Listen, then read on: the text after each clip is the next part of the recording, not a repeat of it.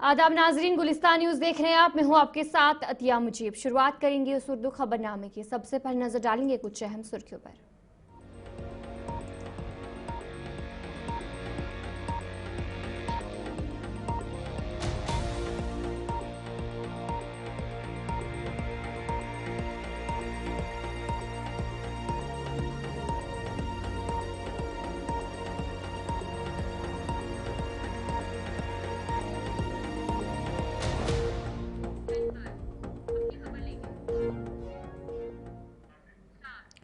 तो चलिए थी कुछ अहम सुर्खियां। आप दीगर खबरों की तरफ भी रुख करेंगे। शुरुआत करेंगे बड़ी खबर के साथ, जहां पर मॉनसून सेशन के हवाले से बात करेंगे। 21 जुलाई से 12 अगस्त तक जो सेशन है, जो इजलास है वो रहने वाला है। ऑपरेशन सिंदूर के बाद जो पहला पार्लियामेंट इजलास रहने वाला है, ऑपरेशन सिंदूर पर जो ये बहस है वो रहने वाली है। जो इस वक्त की बड़ी खबर सामने आ रही है, 21 जुलाई से 12 अगस्त तक इजलास रहने वाला है। जो यूनियन वजीर करण रिजिजू ने उनकी तरफ से कहा गया कि पार्लियामेंट का मॉनसून सेशन 21 जुलाई से 12 अगस्त तक मुनक्किद होगा। ये तारीख काबीना की पार्लिमानी अमूर कमेटी ने तजवीज़ की है, जिसकी सदारत वजीर दिफा राजनाथ सिंह ने की। ये ऐलान इस वक्त सामने आया जब अपोजिशन रहनुमा ऑपरेशन सिंदूर पर बहस के लिए खसूसी इजलास का मुतालबा कर रहे थे। उसके बाद अब जो ये इजलास है वो रहने वाला है, और ऑपरेशन सिंदूर के बाद जो पहला पार्लियामेंट इजलास ये रहने वाला है। और इस मौके पर जो ऑपरेशन सिंदूर है उस पर बहस की जा सकती है इस इजलास में, जहां पर अपोजिशन की जानिब से भी बहस के लिए खुसूसी इजलास का मुतालबा किया जा रहा था। कि अपोजिशन की तरफ से कहा गया था कि जो ऑपरेशन सिंदूर है उस हवाले से बहस हो जाए। और उसके बाद अब फिलहाल जो फैसला लिया गया है करण रिजिजू की तरफ से, उन्होंने कहा कि पार्लियामेंट का जो मॉनसून सेशन है उसकी तारीख 21 जुलाई से 12 अगस्त तक रहने वाली है। इस बीच ये इजलास मुनक्किद होगा, और वजीर दिफा राजनाथ सिंह की सदारत में जो पार्लिमानी अमूर कमेटी है वहाँ पर फैसला लिया गया। और जिसके बाद जो तारीखें हैं वो सामने आई हैं, और इस इजलास में जो ऑपरेशन सिंदूर है उस पर बहस रहने वाली है।